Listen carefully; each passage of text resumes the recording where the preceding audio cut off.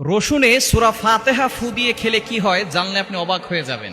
আমরা অনেকেই কিন্তু রসুনের গুণাগুণ সম্পর্কে জানি না এবং সূরা ফাতিহা পারে না এমন কোনো মুসলমান নাই। আমরা সূরা ফাতিহা ছোট্টবেলায় ইমাম সাহেবদের মুখে মুখে শুনতে শুনতে মুখস্থ হয়ে গেছে এবং সূরা ফাতিহা ছাড়া নামাজও হয় না। সুতরাং রসুনের ভিতরে কিন্তু অনেক ধরনের গুণাগুণ রয়েছে যেটা মানুষের শরীরের জন্য খুবই উপকারী এবং আল্লাহ তাআলা কোনো জিনিস কিন্তু অনর্থক সৃষ্টি করেন নাই। আল্লাহ তাআলা নিজে বলছেন, কোরআন খুলেন 4 নম্বর পারা 14 নম্বর পৃষ্ঠার 11 নম্বর লাইন সূরা আলে ইমরানের 191 নম্বর আয়াতে আল্লাহ বলছেন, রব্বানা মা খালাকতা হাদা বাতিলা সুবহানাকা ফাকিনা আযাবান নার। আল্লাহ পাক রব্বুল আলামিন দুনিয়াতে অনর্থক কিছুই সৃষ্টি করেন নাই, এই সব কিছু আল্লাহ তাআলা মানুষের সেবার জন্য আল্লাহ তাআলা বানিয়েছেন। রসুনের ভিতরে অনেক গুণাগুণ রয়েছে। এই রসুন খেলে কি হয়, 1 নাম্বার হচ্ছে আপনার রোগ প্রতিরোধ ক্ষমতা বেড়ে যাবে। রসুন যদি আপনি কাঁচা রসুন খেতে পারেন রোগ প্রতিরোধ ক্ষমতা বেড়ে যাবে। তবে এখানে একটি বিষয় রয়েছে, কাঁচা রসুন এবং কাঁচা পেঁয়াজ এটা খেতে পারবেন, এটা হারাম নয়। তবে নবীজি সাল্লাল্লাহু আলাইহি সাল্লাম এটা তেমন পছন্দ করতেন না, কেননা নবীজি সাল্লাল্লাহু আলাইহি সাল্লামের কাছে জিবরাইল সাল্লাম প্রায় ওহী নিয়ে আসতো এবং ফেরেশতারা তার সাথে থাকতেন।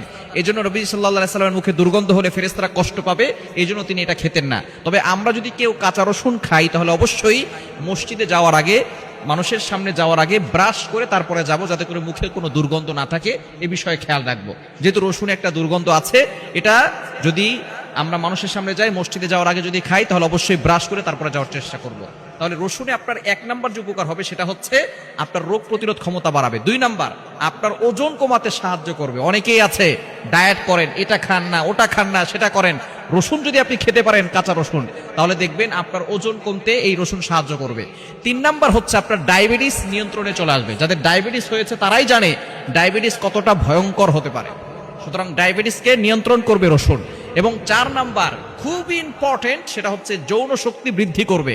বর্তমান ইয়াং পিপল যারা আছে বিভিন্ন ধরনের গোপন পাপ কাজ করতে করতে তাদের যৌন শক্তি হারিয়ে ফেলে। আমরা বিভিন্ন ফাস্টফুডের খাবার খাওয়ার কারণে এবং নেশাযুক্ত খাবার খাওয়ার কারণে এবং গোপন পাপ করার কারণে অনেক পুরুষ এখন বর্তমানে তাদের যৌন শক্তি হারিয়ে ফেলছে। সুতরাং রসুনের কারণে কিন্তু তাদের যৌন শক্তি বৃদ্ধি পাবে।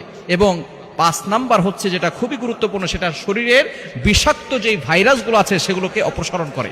সুতরাং রসুন যখন আপনি খাবেন তখন অবশ্যই সূরা ফাতিহা পড়ে ফু দিয়ে খাবেন, তাহলে বিভিন্ন ধরনের রোগ থেকে আল্লাহ তাআলা আপনাকে হেফাজত করবেন, কারণ সূরা ফাতিহার ভিতরেও শিফা রয়েছে। সূরা ফাতিহার একটি নাম রয়েছে শিফা ও মিন কুল্লি দা, সকল রোগের ওষুধ। সূরা ফাতিহার একটা নাম হচ্ছে দোয়া। সূরা ফাতিহাকে বলা হয় উম্মুল কোরআন, কোরআনের মা। সুতরাং কোরআনের সারাংশ আল্লাহ তাআলা সূরা ফাতিহার ভিতরে ঢুকিয়ে দিয়েছেন। এজন্য যখনই আপনি রসুন খাবেন তখন সূরা ফাতিহা পড়বেন, আউযুবিল্লাহ বিসমিল্লাহ সহকারে। প্রথমে একবার দুরূদ শরীফ পড়ে নেবেন, এরপরে সূরা ফাতিহা একবার পড়বেন, পড়ে রসুনে ফু দিয়ে আপনি কিছু রসুন খাওয়ার চেষ্টা করবেন।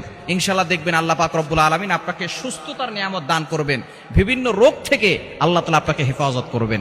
এই নিয়মে যদি আপনি খেতে পারেন তাহলে আল্লাহ পাক রব্বুল আলামিন অবশ্যই সকল ধরনের অসুস্থতা থেকে আপনাকে সুস্থতার নিয়ামত দান করবেন।